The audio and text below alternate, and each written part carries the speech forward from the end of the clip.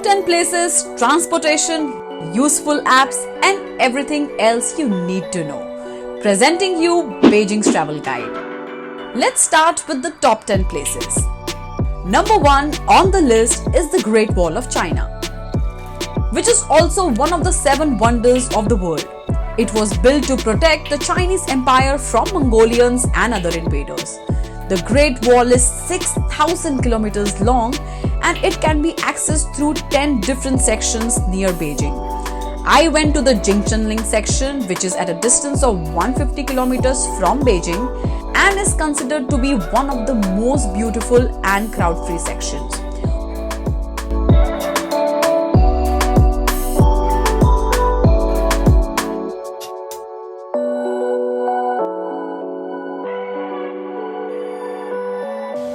One of the best feelings of this world is walking on one of the 7 wonders of the world.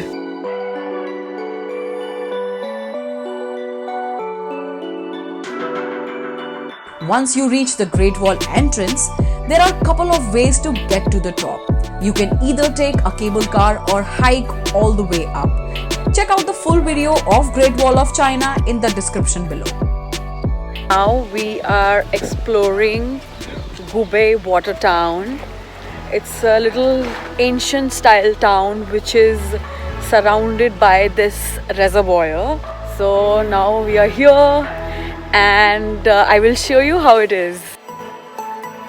Just 2 hours away from the center of Beijing is another stellar and unexplored place called the Gubei water town.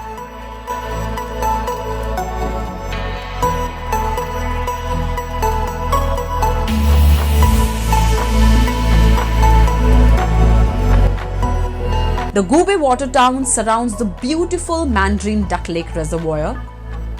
It has a combination of mountains, water, and ancient villages.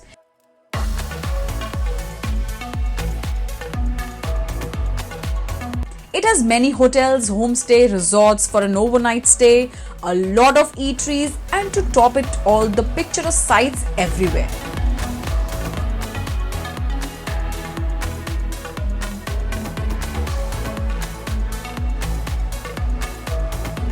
It is also close to the 3 Great Wall sections, which makes it an amazing day or an overnight trip too.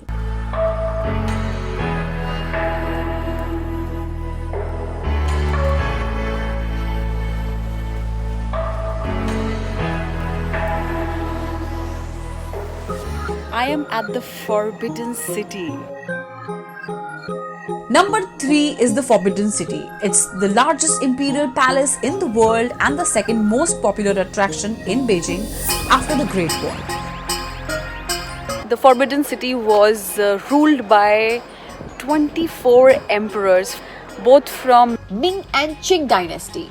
It is called forbidden because commoners were prohibited from entering the Forbidden City without permission. In 1925, which is quite recent, the Forbidden City was transformed into the Palace Museum and opened to the public. The compound is huge and has over 8,700 rooms, and it's also the world's largest complex. It's like a whole city within a city. It's hard to get an idea of the enormous size of the Imperial Palace until you are in it.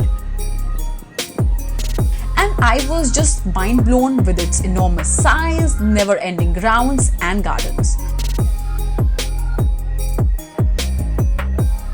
The first ever short film in the Forbidden City was The Last Emperor and was directed by Bernard Bertolucci. So if you are coming to the Forbidden City, you should watch that film. It gives you insight about how they lived, how the last emperor, whose name was Pui, he was crowned when he was just 3 years old, like he was a baby when he was crowned, and he was the last ruling emperor of the Forbidden City.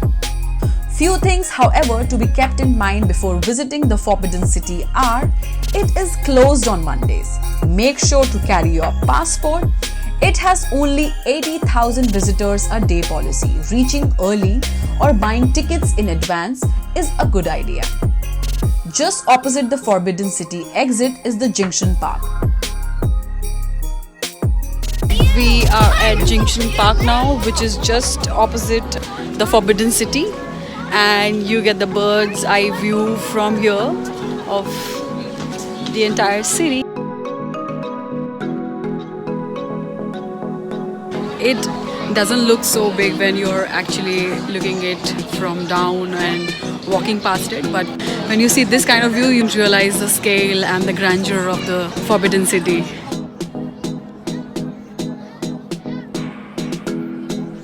The hill is made out of earth which was originally dug up to make the moat around Forbidden City. The views from here are breathtaking.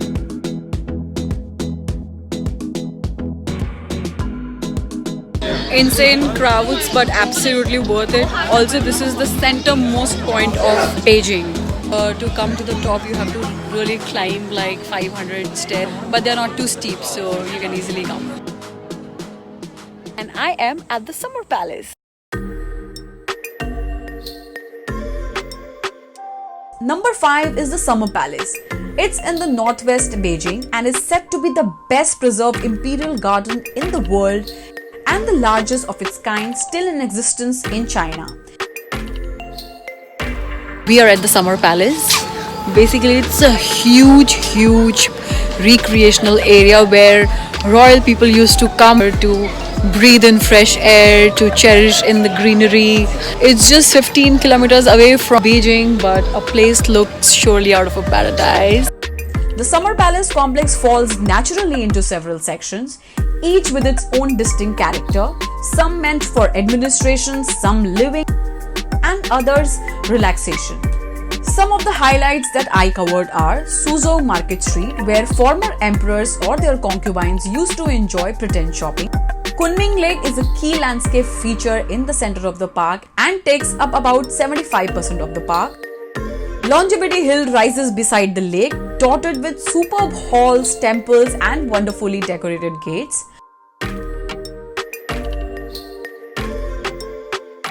The long corridor is a roofed colonnade with its magnificently painted ceilings. Marble Boat is a decorative building that imitates a real boat. It is the only Western style structure in the park. The court area of the Summer Palace is where emperors used to stay and conduct government businesses. The Garden of Virtue and Harmony is an entertainment complex.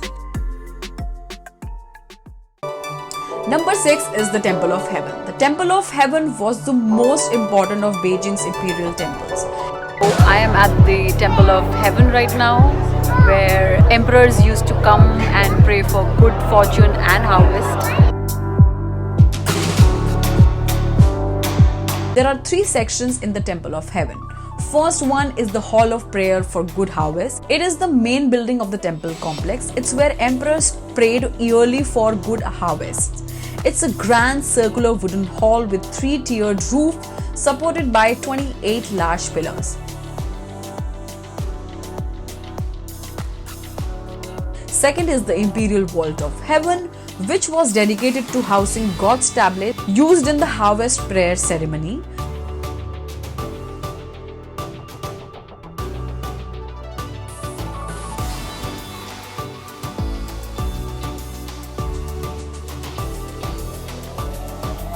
Third is the circular Mount Altar.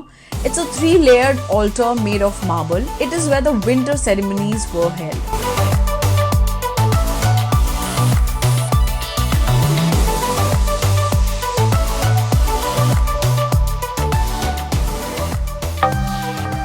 Number 7 and my favorite was Hutong's alleyways, which are also the best way to get in close with Beijing's real history and life of people.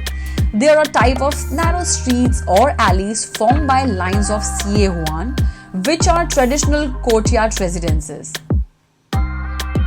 These are tiny houses with shared bathrooms, common cooking and eating places. They are built hundreds of years ago during the Ming and Qing dynasties eras and still retain some of the traditional culture and way of life of the past. Walking in these traditional alleyways had transported me back in time. The house structures, the way of living, and the stark difference between the modern Beijing and Hutong served as a fascinating window of the past.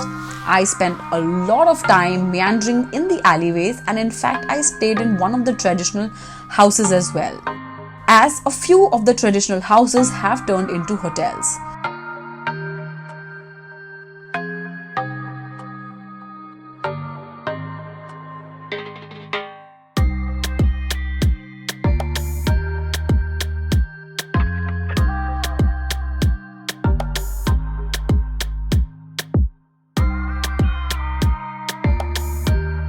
It was the most enriching experience of my whole trip. In the central Beijing, there are two main areas for the ancient alleyways.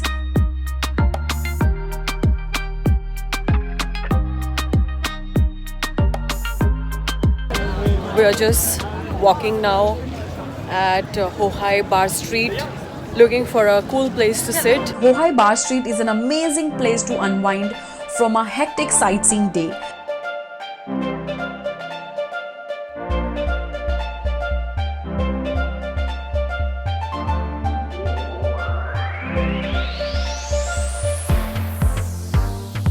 It's packed with many amazing eateries, live music bar and a stunning Houhai lake and hutongs.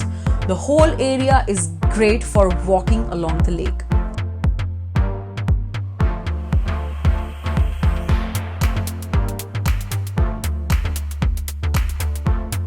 Beijing Wangfujing Street is the most well-known and prosperous shopping streets with modern and fashion trends. It is located near the city center in Dongqing district. Apart from shopping, the thing which I liked the most about this place was the crazy food street. It has the kind of food that I had never seen before. It was all fun exploring this side of food world in Beijing. So now we have come to Sanlitun area, which is like a full party place, and there are a lot of pubs and restaurants and stuff with a lot of live music. Sanlitun Bar Street is a fashion center for shopping, food and arts. It's world famous for its bar street, which is the symbol of Beijing's nightlife. It has many bars with live music and great food, makes it a perfect place to chill and unwind after a tiring sightseeing day. Now comes the tips to help you around the other important aspects of traveling in Beijing.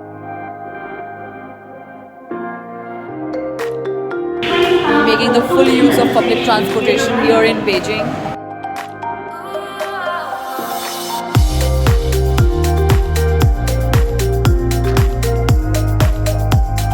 Getting around in Beijing is fairly simple. Trains and buses have good connectivity across Beijing. They are close to all the major attractions and they are pretty cheap as well.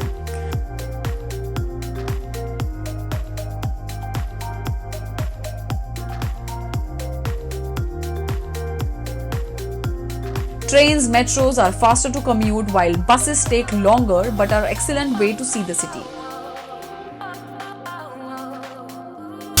Riding in a double-decker bus in Beijing. This is how the bus looks.